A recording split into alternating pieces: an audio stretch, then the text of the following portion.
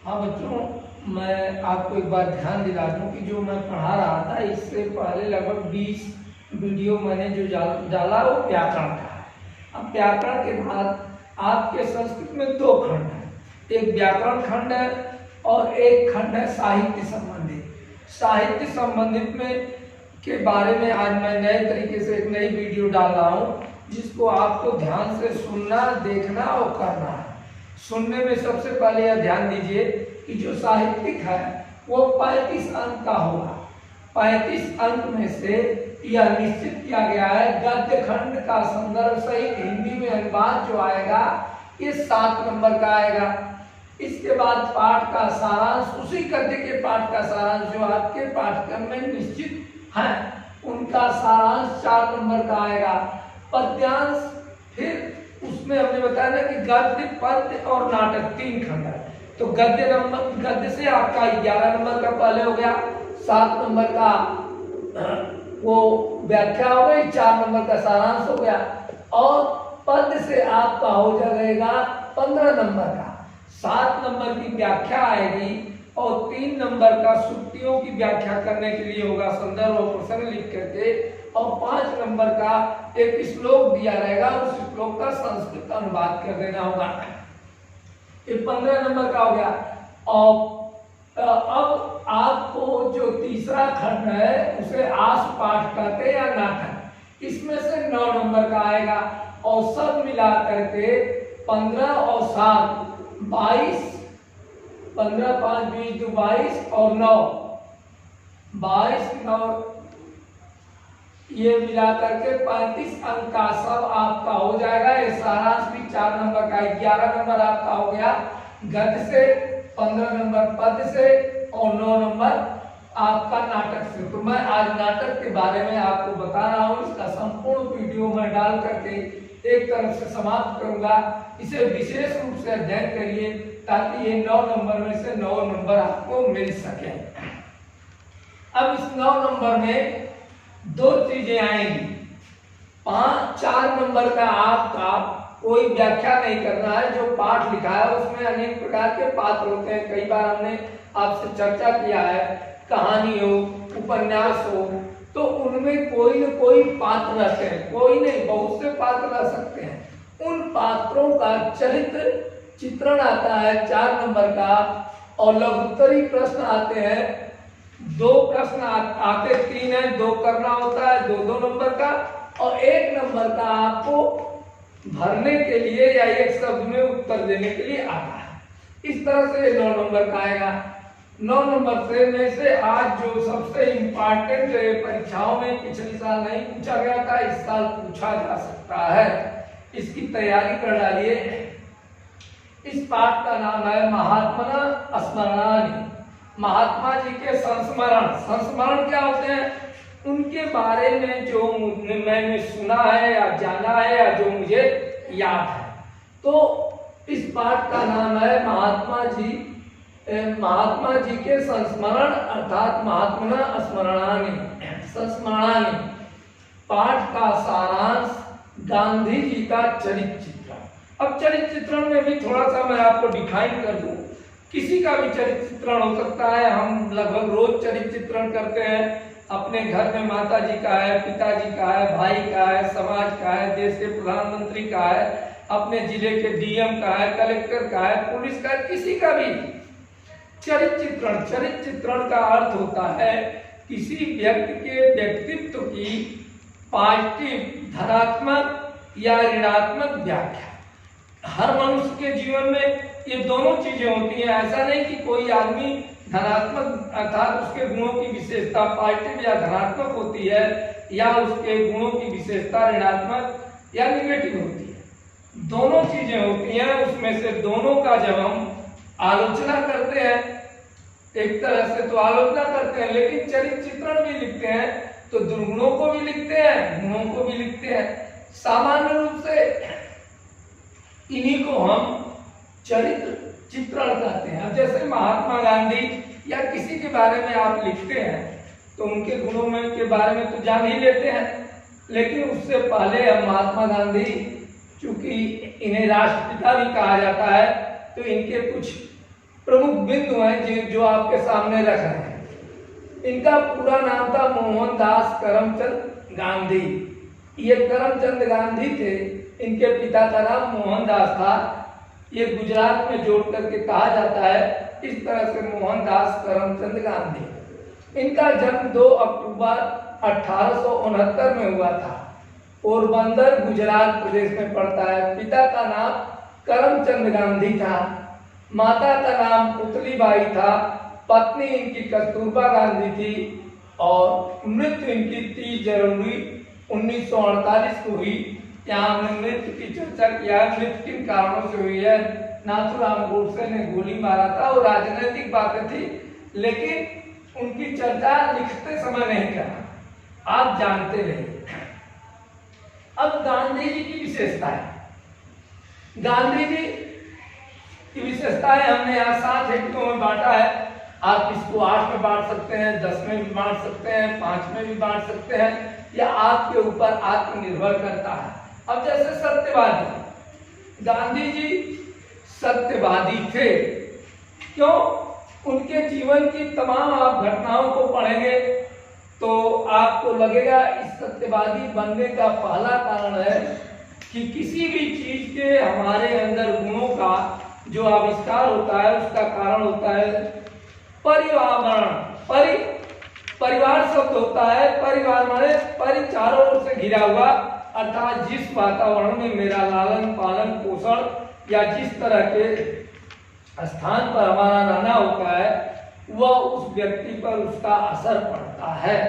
अब जैसे ये बचपन में ही राजा हरिश्चंद्र की नाटक को देखा था, उस पुस्तक को लाया था, उनको पढ़ा था, और इस कारण हम किसी भी सिद्धांत को मन से ध्यान दे करके पढ़ते हैं तो उसका हमारे जीवन पर बहुत असर पड़ता है। आप कभी कभी, आज दूरदर्शन का युग है, आपका कोई प्रिय नाटक है, कोई प्रिय धारावाहिक है, कोई प्रिय फिल्म है, तो उसे आप बहुत ध्यान दे करके देखते हैं और देखते हैं तो वह जीवन में धीरे धीरे उतरने लगता है।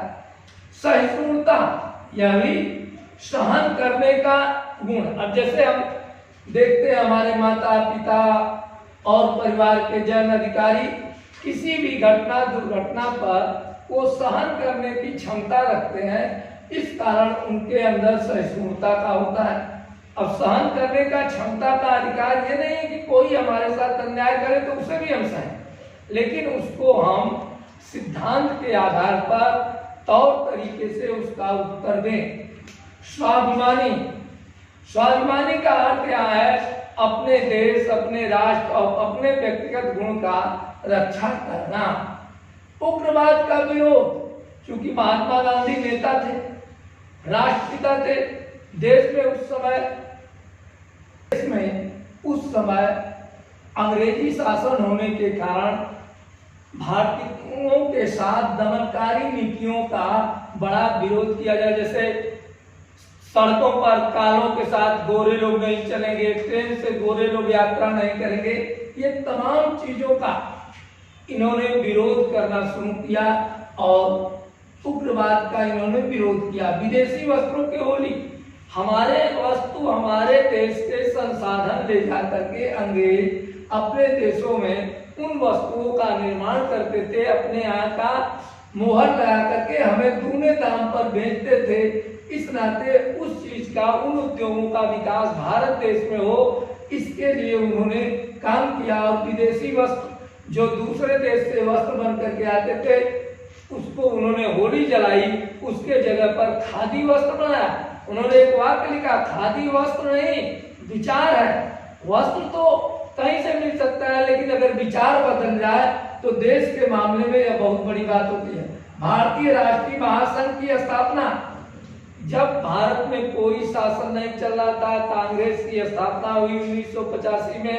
उसके बाद इन्होंने भारतीय राष्ट्रीय महासंघ की स्थापना के लिए प्रयास किया और इस कार्य को उन्होंने किया।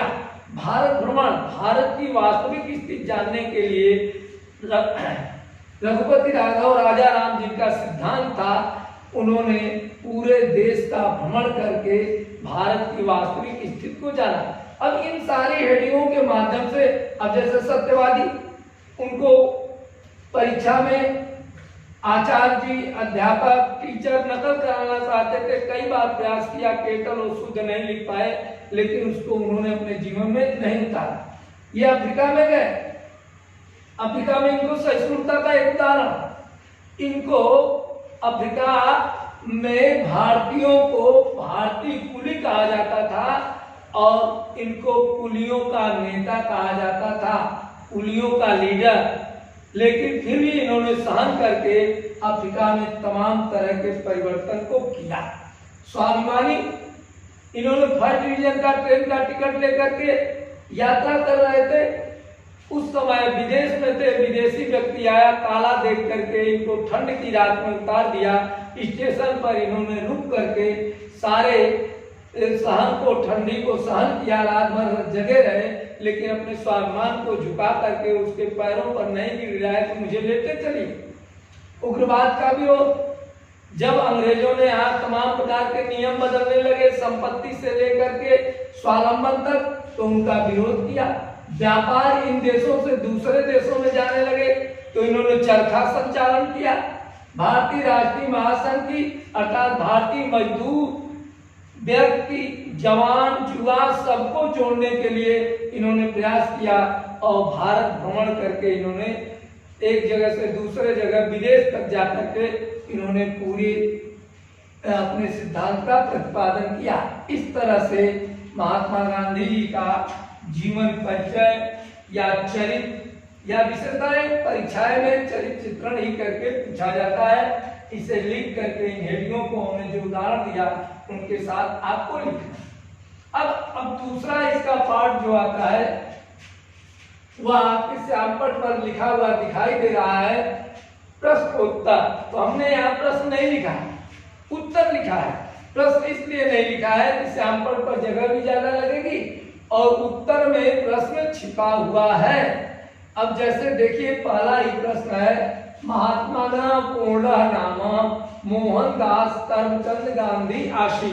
अगर इसको आपको दे दिया जाए कक्षा 9 में या इससे पहले 8 में भी आप पढ़ चुके हैं कि प्रश्न में बदलिए, तो आप यहाँ अगर हम कर दें महात्मना किम पूर्ण नाम अस्त या आश्रित कर दें महात्मा का पूर्ण नाम क्या है, या ये कर दे महात्मा का पूर्ण नाम किम आश्रित माने क्या था, तो आपका उत्तर हो जाएगा मोहनदास करमचंद गांधी। तो इस तरह से प्रश्न को किताब से भी देखें, न किताब से देखें, तो इन लिखे हुए उत्तरों में प्रश्न बनाइए आप, या आपके लिए गृह कार्य है, होमवर्क है। इन प्रश्नों के सामने का प्रश्न वाचक प्रश्न करिए इन उत्तरों को, और उत्तरों को करते हुए किम, कस, कत आदि का प्रयोग करेंगे, जो करके हमने आपको बताया, अभी भी बता रहे हैं। महात्मा गांधी पोरबंदर नगरे नाम्य स्थाने जन्म लवे। अब यह इसका तो उत्तर है कि महात्मा गांधी ने पोरबंदर नामक स्थान पर जन्म लिया। महात्मा गांधी कस नगरे जन्म लवे, महात्मा गांधी ने किस नगर में जन्म लिया, तो उत्तर हो जाएगा पोरबंदर नामे। अगर प्रदेश पूछ दिया तो गुजरात प्रदेश है। अब ग वाला है, तस्मात् नाम पुतलीबाई आशी।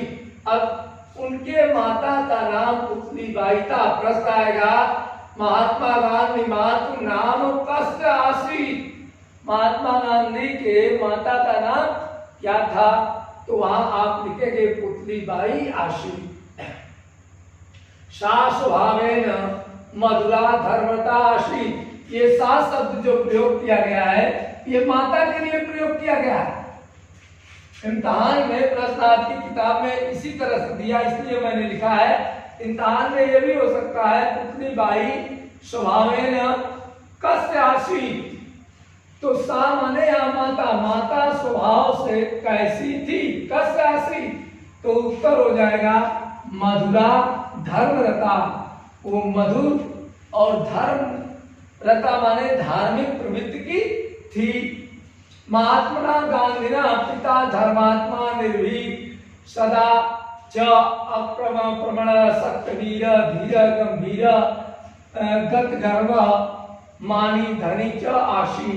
अब महात्मा गांधी ने पिता कस्य आशी, और इसके लिए आदेशन कैसे पिता थे? धर्मात्मा थे, निर्भीक थे, सदाचार का परिवर्तन करने वाले, सदाचार को मानने वाले थे, सत्य प्रिय, सत्य बोलने वाले थे, धीर गंभीर और गत गर्व अपने काम में लगे हुए, मानी स्वाभिमानी, धनी च आशी। इन शब्दों का प्रयोग कर, कोई जरूरी नहीं कि आप इतना लिखे, अगर इतना भी लिख देते हैं महात्मा गांधी पिता धर्मात्मा निर्भीक सत्यप्रिय धीर गंभीर आशी, इसमें एक दो शब्द आप नहीं छूट जाता है तो उत्तर आपका पूरा माना जाएगा। हरिश्चंद्र नामना नाटके न तस्य हृदय परिवर्तन। हमने पहली हेडी में बताया सत्यवादी क्यों बने, तो उन्होंने हरिश्चंद्र की कहानी पढ़ी है। यहाँ हरिश्चंद्र की कहानी बताना संभव नहीं है, और हरिश्चंद्र की कहानी आप जानते भी हैं, और सपने में जिसने अपना देखा और सब राज्य दान दे दिया। लेकिन अपने घर में इस पर चर्चा करेंगे तो आपको पता चलेगा। हरिश्चंद्र नामना नाटके तस्य हृदय परिवर्तनम, हरिश्चंद्र का नाटक देखने से उनका हृदय परिवर्तन हो गया। विद्यालय निरीक्षक गायस्थ नामाश्री, विद्यालय में जब परीक्षा दे रहे थे तो वहाँ एक निरीक्षक, जिसे आज हम कहते हैं डिप्टी साहब, वो देखने के लिए आए थे, और उनके गाइड का आया विद्यालय निरीक्षक का नाम गाइस था। विद्यालय निरीक्षकेन केटल शब्दस्य वर्ण विन्यासम पृष्ठ, विद्यालय का जो निरीक्षक था उसने क्लास से या महात्मा गांधी से क्या प्रश्न पूछा? विद्यालय निरीक्षक शब्द कस्य शब्द वर्ण विन्यासम पृष्ठ मैंने पूछा, तो केटल विद्यालय निरीक्षेन केटल शब्द से वर्ण विन्यासम, उसका वर्ण विन्यास को पूछा। महात्मा गांधी नेटाल नगरे 1893 तमे वर्षे आगच्छत्। महात्मा गांधी नेटाल नगर अफ्रीका से कब वापस आए? तो वो आए, ये आपको सन याद रखना होगा, 1893 तमे वर्ष में आगच्छत् माने आए थे। 1994 तमे ख्रीष्टाब्दे माने ईस्वी में महात्मा गांधी दक्षिण अफ्रीका देशम दसृजत, और वहां से आने के बाद 1994 ख्रीष्ट में महात्मा गांधी दक्षिण अफ्रीका देशे व्यसृजत गए। धूम्रयानेन गांधी प्रिटोरिया नगरम प्रतिगतम, धूम्रयान माने होता है रेलगाड़ी से। महात्मा गांधी कहाँ गए थे? तो गांधी प्रिटोरिया नगरम प्रतिगतम, प्रिटोरिया नगर गए हुए थे।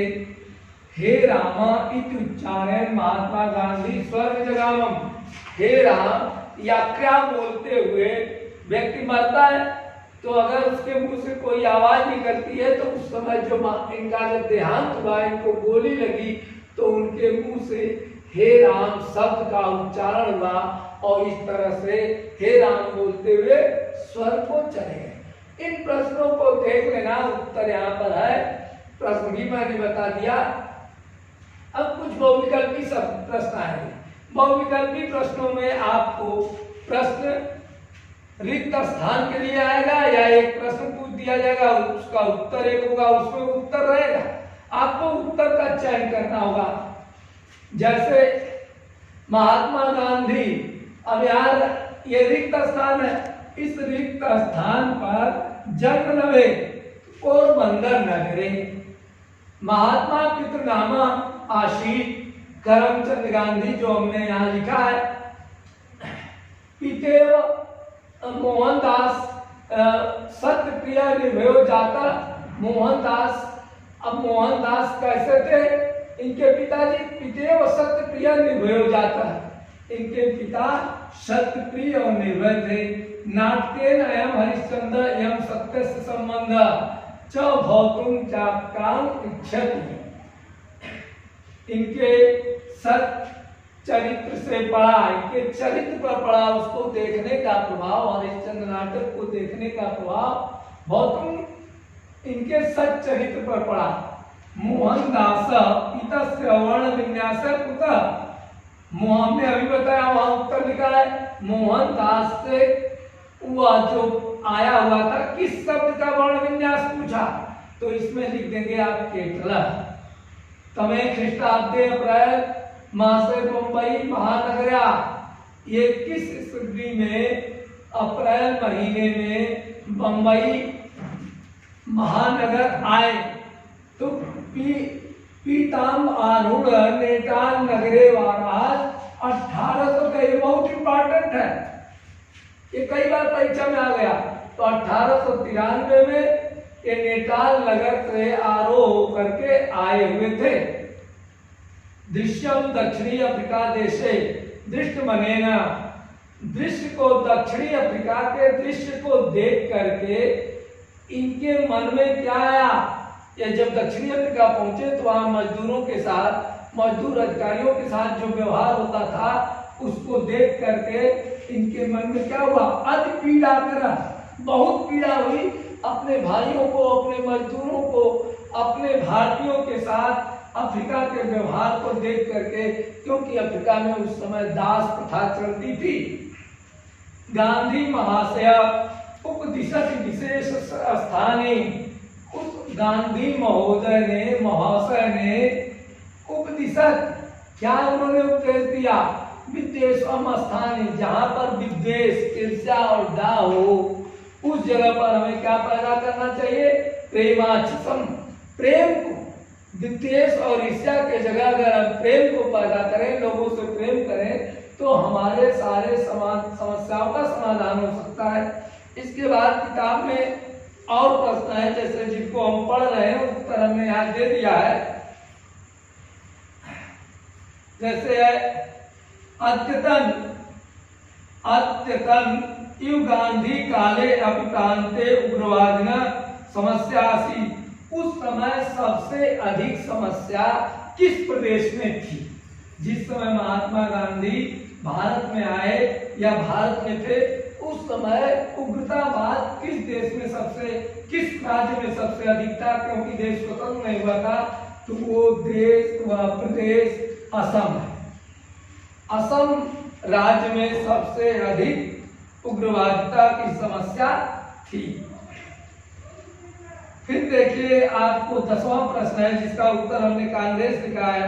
संस्था प्रत्येक जाते पुरुष वर्ग नारी निश्चयम चाकृत, उस समय पुरुष और स्त्रियों में जो भेद चल रहा था, उस भेद को लेकर के तमाम प्रकार के, उस समय बहुत अधिक विचारणीय प्रश्न नहीं थे, लेकिन सबसे अधिक उस समय कांग्रेस ने इस विषय को ध्यान में लाया, पुरुष और स्त्रियों के बीच के मतभेद को समाप्त करने की कोशिश किया। अगला है महात्मा गांधी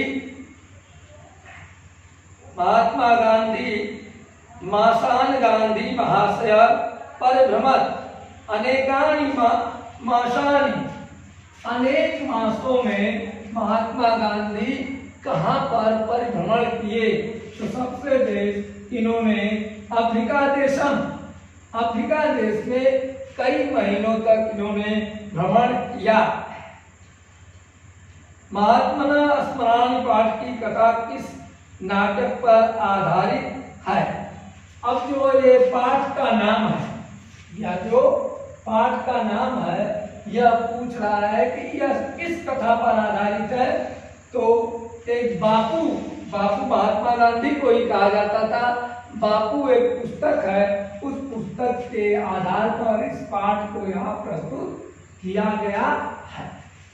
13वां प्रश्न है कि पुतली गांधी आशीत, पुतली गांधी कौन थी, किम आशीत, तो पुतली गांधी महात्मा गांधी माता आशीत, वो माता उनकी थी। किसकी माता थी, महात्मा गांधी की माता थी। और 2 प्रश्न और है। 14वां प्रश्न है, पोरबंदर नगरे जन्मा लभा। पोरबंदर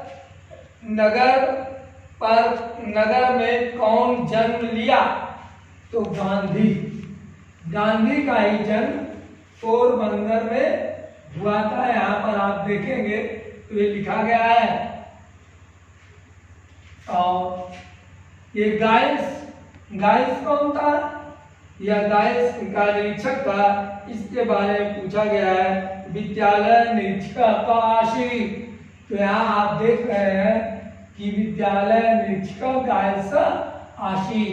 तो इस तरह से यह प्रश्न आपके सामने एक पार्ट से रहेंगे, जिस पार्ट में एक चित्रण और प्रश्न और इनका उत्तर रहेगा।